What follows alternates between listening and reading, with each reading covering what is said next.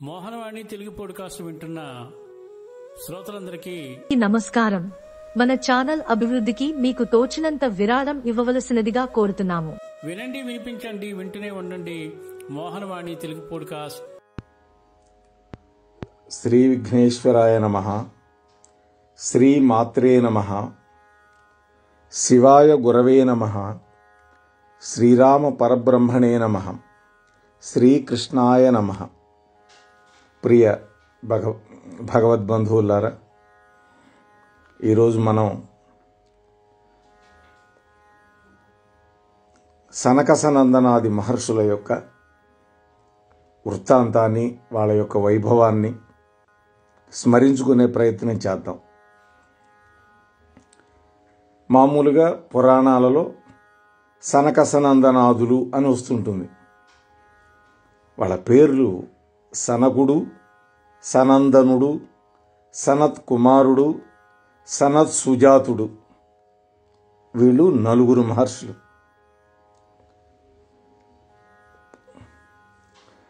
వీళ్ళ 4 కలిపి సనకసనందనాదులు అంటాం, లేదా సనకాదులు అంటారు. వీళ్ళు బ్రహ్మదేవుడి యొక్క మనస్సు నుండి పుట్టినటువంటి వాళ్ళు కాబట్టి వీళ్ళని బ్రహ్మ మానసపుత్రులు అని పిలుస్తారు. బ్రహ్మ ఈ సనకసనందనాదుల్ని తన మనస్సు నుంచి సృష్టించి సృష్టి కార్యంలో తనకి సహాయం చేయమని కోరుకున్నాడు. లేదు, ఆజ్ఞాపించాడు అనుకున్నాం, కొడుకులు కాబట్టి. అప్పుడు వాళ్ళు అన్నారు, తండ్రి, మీరు భగవంతుడి యొక్క ధ్యాన అమృతంలో మునిగిపోయి మమ్మల్ని సృష్టించారు, కాబట్టి మాకు కూడా అదే వచ్చింది. మేము సృష్టి కార్యంలో నీకు సహాయం చేయలేము. నువ్వు ఎప్పుడు పిలిస్తే అప్పుడు వచ్చి నీకు మేలు చేస్తాం అన్నారు ఈ సనకాదులు. ఇలా సనకాదులు వాళ్ళ ఇష్టం వచ్చినట్లుగా అన్ని లోకాలకి తిరుగుతూ ఒకసారి వైకుంఠానికి వచ్చారు. వాళ్ళు ఎప్పుడు కూడా 5 సంవత్సరాల పిల్లవాళ్ళలాగానే ఉంటారు. అది వాళ్ళ వైభవం.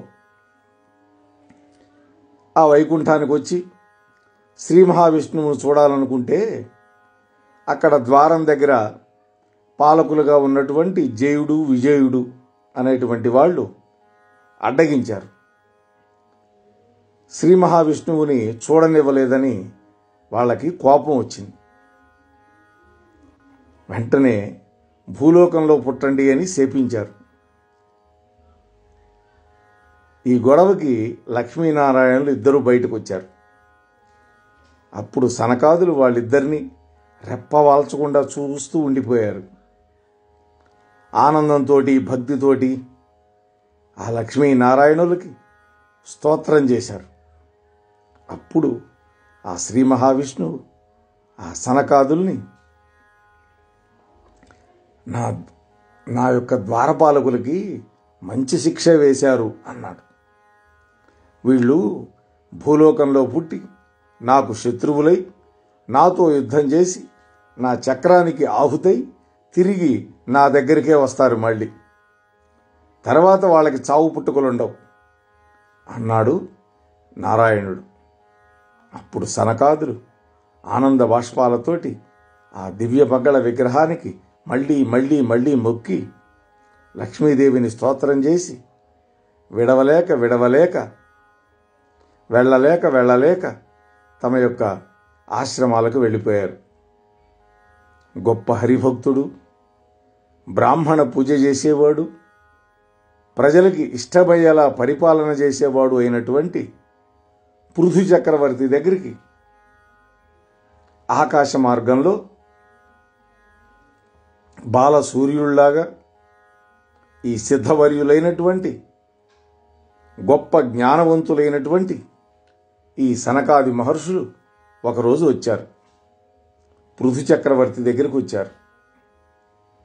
ఆ పృథు చక్రవర్తి కూడా విష్ణువాంశ సంభూతుడే. పృథు చక్రవర్తి ఎంతో ఆనందంతో ఎదురు వెళ్ళి ఆ 4 మహర్షులకి అర్ఘ్యపాద్యాదులిచ్చాడు. సింహాసనం మీద కూర్చోబెట్టి వాళ్ళ యొక్క దివ్య పాదాలని బంగారు పళ్ళెరంలో పెట్టి తన భార్య బంగారు కలశంలో నీళ్లు పోస్తూ ఉండగా చక్కగా కడిగి ఆ జలాలని శిరస్సు మీద చల్లుకున్నారిద్దరు. అప్పుడు నమస్కారం చేసి, యోగీశ్వరులారా, నేను ఎంత పుణ్యం చేసుకున్నానో ఈ రోజున మిమ్మల్ని దర్శించగలిగాను.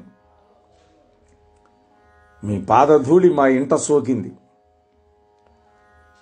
నాకు చాలా ఆనందంగా ఉంది. ఈ సంసారంలో దేనివల్ల నాకు మోక్షం కలుగుతుందో చెప్పండి అని కోరుకున్నాడు ఆ పృథు మహారాజు. అప్పుడు వాళ్ళు చెప్పడం మొదలుపెట్టారు. రాజా, శ్రద్ధ, భగవంతుడి పట్ల ధర్మచర్య, భగవంతుడి గురించి తెలుసుకోవాలి అనేటువంటి కోరిక, శ్రీమన్నారాయణమూర్తి యొక్క కథలు శ్రవణం చేయడం, అహింసా వ్రతాన్ని పాటించడం, ఎప్పుడూ భక్తి మార్గాన్ని అనుసరించడం, ఇవన్నీ కూడా మోక్ష సాధనాలు, ధర్మార్థ కామమోక్ష సాధనాలు. క్షమించాలి, ధర్మార్థ కామాలు 3 కూడా విడిచిపెట్టాలి. పరమ పురుషార్థమైనటువంటి ఆ చివరిది ఉందే, 4వ పురుషార్థం, ఆ మోక్షాన్ని మాత్రమే కోరుకుంటే తప్పకుండా మోక్షం దొరుకుతుందని ఆ పృథు చక్రవర్తిని ప్రశంసించి ఆకాశ మార్గంలో అందరూ కూడా చూస్తూ ఉండగా వెళ్ళిపోయినారు సనకాది మహర్షులు. ఒకసారి ఈశ్వరుడు, పార్వతీదేవి ఆ సనత్ కుమార మహర్షి దగ్గరికి వచ్చారు ఆకాశ మార్గంలో.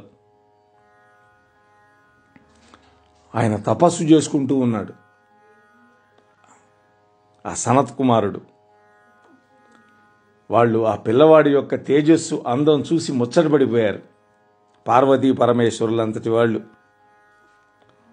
ఎప్పుడైతే ఆయన ముందు వాళ్ళు ప్రత్యక్షమయ్యారో ఒక్కసారిగా కళ్ళు తెరిచి ఆ సనత్ కుమారుడు వాళ్ళకి చక్కగా పాదపూజ చేసి అర్ఘ్యపాద్యాదులిచ్చి, హే పార్వతీ పరమేశ్వరులారా, నా భాగ్యవశం వల్ల ఇవాళ నా ఆశ్రమానికి వచ్చారు. నన్ను ఏం చేయమంటారో ఆజ్ఞాపించండి, ఆ పని చేస్తానన్నాడు. ఏం లేదయ్యా, నీతో మాట్లాడిపోదామని వచ్చాము అన్నారు వాళ్ళు. ఇంకా ఇలా అన్నాడు పరమేశ్వరుడు,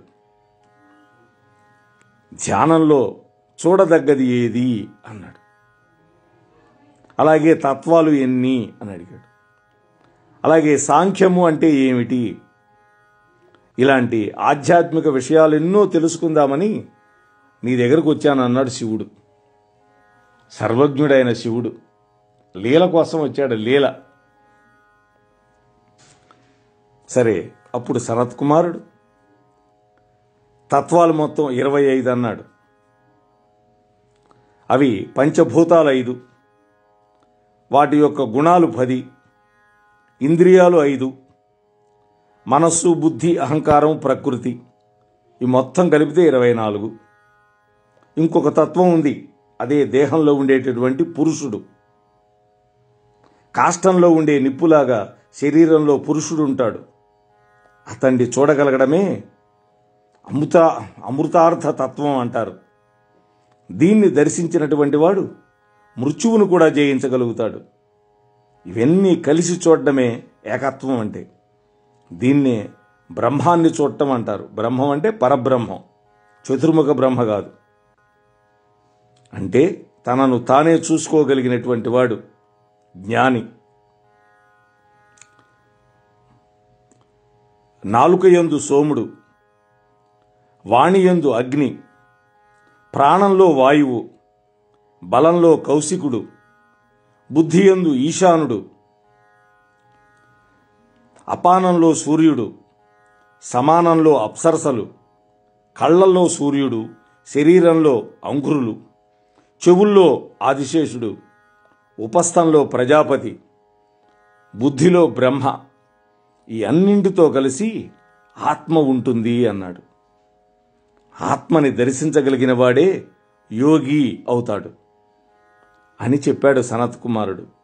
యోగి అయినటువంటి వాడు మనుష్యులెవరూ తిరగనటువంటి చోటు చూసుకొని ఇంద్రియాలని మనస్సుతో లాగిపట్టి ఆకలి దప్పులు జయించి హృదయంలో పరమాత్మను చూస్తాడు అని చెప్పాడు సనత్ కుమారుడు. అలా సనత్ కుమారుడు ఈశ్వరుడికి సాంఖ్యయోగాన్ని గురించి కూడా చెప్పాడు. ఈశ్వర, ఇన్నెందుకు?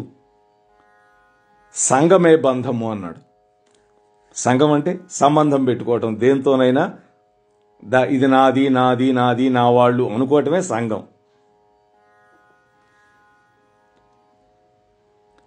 కాబట్టి సంఘం అనేది బంధానికి హేతువు. ఈ సర్వసంగ పరిత్యాగం ఉందే అదే మోక్షం. అంటే అన్ని బంధాలను తెంచుకోవటమే మోక్షం. ఇది పరమ రహస్యం, పరమతత్వం కూడా అని చెప్పాడు. ఆ శివుడు కూడా సనత్ కుమారుడు చెప్పినవన్నీ విని సంతృప్తి పొంది తన కైలాసానికి వెళ్ళిపోయాడు. అప్పుడు ఈ సనత్ కుమారుడు కూడా స్వేచ్ఛా విహారానికి ఆకాశ వీధిలోకి వెళ్ళారు. అయితే సుబ్రహ్మణ్య జననానికి ఇక్కడ ఒక హేతువు కూడా ఉందని త్రిపుర రహస్యంలో కంచి పరమాచార్యులు గారు చెప్పారు. ఆ విషయం కూడా ఇక్కడ మనం ప్రస్తుతించుకుందాం. ఇక్కడ అలా చర్చ అంతా జరిగిన తర్వాత నీకు ఏదైనా వరం కావాలంటే కోరుకో అన్నట్ట ఈశ్వరుడు. ఆయన అన్నాడు, నా కోరికలేం లేవు, కాబట్టి మీకే ఏదైనా కావాలంటే కోరుకో, నేను ఇస్తానన్నాడు శివుడితోటి. అప్పుడు దొరికిపోయాడు. అన్నాడు, నువ్వు నాకు కుమారుడుగా పుట్టాలయ్యా అన్నాడు. ఆయన అన్నాడు, నీకే పుడతాను కుమారుడుగా అన్నాడు. పక్కనే పార్వతీదేవి ఉంది కదా, ఏంది నీకే పుడతానని దీర్ఘం తీస్తున్నావు, నా కొడుక్క పుట్టవా అన్నది.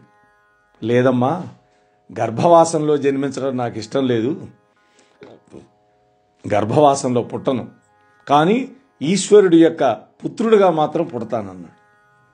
అందుకనే పార్వతీదేవి గర్భంలో పడల ఆ వీర్యం, అమోఘమైనటువంటి శివవీర్యం. అగ్నిదేవుడు మోశాడు, గంగానది మోసింది. చివరికి వాళ్ళెవ్వరూ మోయలేక రెల్లు దుబ్బలలో పడేస్తే అక్కడ పిల్లవాడుగా పుట్టాడు షణ్ముఖుడు. ఆయనే కుమారస్వామి. అదే కుమార సంభవం. సనత్ కుమారుడే సాక్షాత్తు సుబ్రహ్మణ్యుడైనాడు అని త్రిపుర రహస్యంలో ఈ అద్భుతమైన కథ ఉంది అని బ్రహ్మశ్రీ చాగంటి కోటేశ్వరరావు గారు వారు శివపురాణం చెప్తూ ఈ యొక్క ఉదంతాన్ని ఉటంకించారు. సరే, మిగతా కథలోకి వెళదాం. రావణాసురుడు సర్వలోకాలకి దిగ్విజయయాత్ర చేసుకుంటూ ఒకసారి సనత్ కుమారుడి దగ్గరికి వెళ్ళి, మహాత్మా, అనాది మధ్యలయుడు ఎవ్వరు, ఎవరితోటి విశ్వసృష్టి జరిగింది, ఎవరిని స్మరిస్తే బంధ విముక్తి అవుతుంది, ఇలాంటి సందేహాలున్నాయి, నాకు తీర్చండి అని అడిగాడు. వాడు కూడా మహానుభావుడే, రావణాసురుడేం తక్కువవాడు కాదు. కాకపోతే ఆసురీ యోనిలో పుట్టడం వల్ల వాడికి అసుర లక్షణాలు వచ్చినాయి. వాడు స్వతహాగా బ్రాహ్మణుడే, తండ్రి బ్రాహ్మణుడే. అప్పుడు ఆ సనత్ కుమారుడు, రావణ, అనఘుడు అంటే అఘము అంటే పాపం, అనఘుడు అంటే పాపములు లేనటువంటి వాడు అని, అవ్యయుడు అంటే ఎప్పటికీ ఉండేవాడని, వ్యయం అంటే ఖర్చు కదా, అంటే తరిగిపోయినటువంటి వాడు మొదలైనటువంటి గుణాలతోటి ఉన్న శక్తే బ్రహ్మము. బ్రహ్మ వేరు, బ్రహ్మము వేరు, చాలా తేడా ఉంది. బ్రహ్మ అంటే చతుర్ముఖ బ్రహ్మ, బ్రహ్మము అంటే పరబ్రహ్మం. ఆ బ్రహ్మమే నారాయణుడు, కృష్ణుడు, హరి, విష్ణువు, గోవిందుడు అనేటువంటి పేర్లతో పిలువబడుతోంది. ఆ హరి చేతిలో మరణించిన వాళ్ళందరికీ గురించి రావణుడికి చెప్పాడు సనత్ కుమారుడు.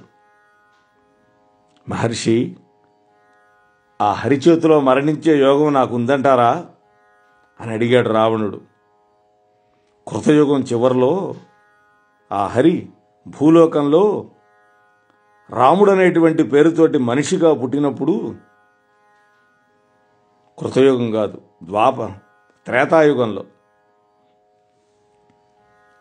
త్రేతాయుగంలో చివరిలో పుట్టాడు రాముడు. అది కూడా చివరి పాదంలోనే.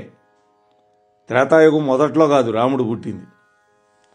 త్రేతాయుగం చివరిలో ఆ శ్రీమన్నారాయణుడు హరి భూలోకంలో రాముడు అనేటువంటి పేరుతోటి మానవుడుగా పుట్టినప్పుడు నువ్వు అతనికి విరోధివై యుద్ధంలో అతని చేతిలో మరణించి మోక్షాన్ని పొందుతావని చెప్పాడు సనత్ కుమారుడు. ఈ మాట చెప్పి అదృశ్యమైపోయాడు.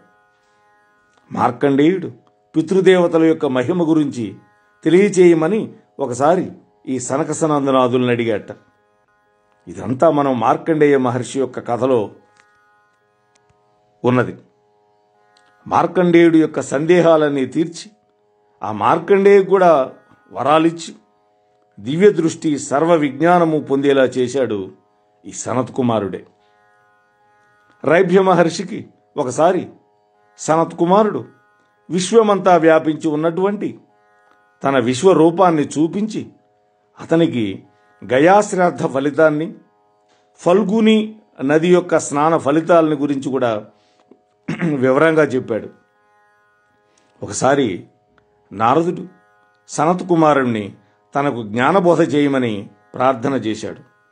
అప్పుడు సనత్ కుమారుడు, నీకు తెలిసినవి చెప్పు, తెలియనివి నేను చెప్తానని నారదుడు తోట అన్నట్ట. అప్పుడు నారదుడు చెప్పినవన్నీ విని వీటన్నిటికంటే ఆత్మజ్ఞానమే గొప్పది అని చెప్పి ఆ నారద మహర్షికి అఖండమైనటువంటి జ్ఞానాన్ని ఉపదేశించాడు. నైమిషారణ్యంలో మహర్షులందరూ కూడా ఒకసారి సనత్ కుమారుణ్ణి రుద్రమాహత్యం గురించి చెప్పమని అడిగారట. అలా వివరించినటువంటి గ్రంథాన్నే సనత్ కుమార సంహిత అంటారు. ఆ గ్రంథంలో బ్రహ్మ విష్ణువుల యొక్క ఉత్పత్తి, అలాగే విష్ణుమూర్తి బ్రహ్మల యొక్క సంవాదము, సప్తద్వీప సప్తవర్ష చరిత్ర, శివలింగ పూజ, శివలింగ ప్రళయోత్పత్తి, శివాష్టకం, జ్ఞాన ప్రశంస, మోక్ష విచారం మొదలైనవన్నీ కూడా ఉన్నాయి ఆ సనత్ కుమార సంహితలో. ఆ సనత్ కుమార మహర్షి మహాయోగి, మహాజ్ఞాని అయినా కూడా మన కోసం గృహవాస్తు శాస్త్రం, శిల్పశాస్త్రం రచించాడు. ఒకనాడు నారదుడు సనత్సుజాతుణ్ణి విష్ణుతత్వం గురించి, సకల జీవుల్ని పుట్టించేవాడు, నడిపించేవాడు, తనలో లయం చేసుకునేవాడు అయినటువంటి ఆ శ్రీహరిని గురించి చెప్పమని అడిగాడు. అప్పుడు ఆయన ఆ విషయాలన్నీ చెప్పాడు. అలాగే వృత్రాసురుడు ఇంద్రుడితో యుద్ధం చేసి పడిపోయినప్పుడు రాక్షసులు అతన్ని శుక్రాచార్యుడి దగ్గరికి తీసుకువెళ్లారు. గురు శిష్యుల యొక్క ప్రార్థన విన్నటువంటి సనత్ కుమారుడు విష్ణుతత్వాన్ని, కర్మఫలం ఎలా అనుభవిస్తాడు, అలాగే జీవుడు మొదలైనటువంటి విషయాలు వివరంగా చెప్పగా విన్నారు. అమృతం లాంటి ఆయన యొక్క మాట పరిశుద్ధమైన మనస్సుతోటి విని ప్రాణాలు విడిచి విష్ణువుని చేరాడు ఆ వృత్రాసురుడు. అలాగే ధృతరాష్ట్రుడు విదురునీతినంతా విన్న తర్వాత ఇంకా ధర్మాల గురించి చెప్పమన్నాడు విదురుణ్ణి. బ్రహ్మజ్ఞానాన్ని గురించి చెప్పమన్నాడు. అప్పుడు విదురుడు, నేను శూద్రయోని సంభవుణ్ణి, ఇంతకంటే చెప్పేందుకు నాకు అర్హత లేదు, అందువల్ల బ్రహ్మమానసపుత్రుడైనటువంటి సనత్సుజాతుడు వివరంగా చెప్తాడు అని ఆ మహర్షిని ప్రార్థిస్తే అప్పటికప్పుడు ఆ సనత్సుజాతుడు ప్రత్యక్షమైనాడు అక్కడ. ధృతరాష్ట్రుడికి మృత్యువు యొక్క తత్వాన్ని గురించి చెప్పాడు. జీవికి మృత్యు అనేది లేదు, అంతరాత్ముడైనటువంటి పురుషుడు బొటన వేలంత ఉండి శరీరంలో ఉంటాడు. దాన్నే అంగుష్టమాత్ర దేహుడు అంటాం. అజ్ఞానులు ఈ అంగుష్టమాత్ర దేహుణ్ణి చూడలేరు. బ్రహ్మ విద్యా నిష్ణాతుడైనటువంటి మానవుడు ప్రజ్ఞారూపుడై తన లోపలే కలిగినటువంటి ఆ పరమాత్ముని తెలుసుకుంటే అతడు శరీరాన్ని విడిచి పోనేపోడు. అలాంటి వాడికి చావే లేదు, మోక్షము లేదు. బ్రహ్మతోనే సంబంధం వాడికి. నేను అన్నది ఆత్మ, సర్వం ఆత్మమయమే. ఉన్నది లేనిది కూడా ఆత్మే. మనలో ఉన్న భగవంతుడు అంటే ఆత్మ ఒక్కడే సత్యం. ఎవరికి ఎవరు ఏమీ కారు. లోకమంతా నిండి ఉన్నది ఆత్మే. నాకు చావు పుట్టుకలు లేవు, నేనే ఆత్మ, నేనెప్పుడూ ఆనంద స్వరూపుడనే అనుకొని నిష్టగా నియమంగా ఎవడైతే ఉంటాడో వాడు ఎన్ని వేల సంవత్సరాలైనా బ్రతకగలుగుతాడని చెప్పి సనత్సుజాతుడు ఆకాశ మార్గంలో అంతర్ధానమైపోయాడు. ఈ విధంగా సనక, సనందన, సనత్కుమార, సనత్సుజాత మహర్షులు ఆకాశ మార్గంలో తిరుగుతూ ఏ లోకానికి కావాలంటే ఆ లోకానికి వెళుతూ అడిగిన వాళ్ళందరికీ మోక్ష మార్గం ఉపదేశిస్తూ దివ్యమైన తేజస్సుతో వెలిగిపోతూ ఉంటారు.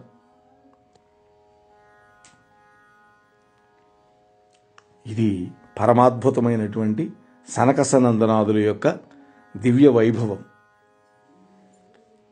అటువంటి మహర్షులని మనం తలుచుకున్నంత మాత్రాన మనకి అత్యంత శోభస్కరంగా శుభప్రదంగా ఉంటుందని పెద్దలు చెప్పేటటువంటి మాట. స్వస్తి. మోహనవాణి తెలుగు పోడ్కాస్ట్ ఛానల్ని లైక్, షేర్, సబ్స్క్రైబ్ చేయండి. ప్రక్కనున్న గంటను మ్రోగించండి.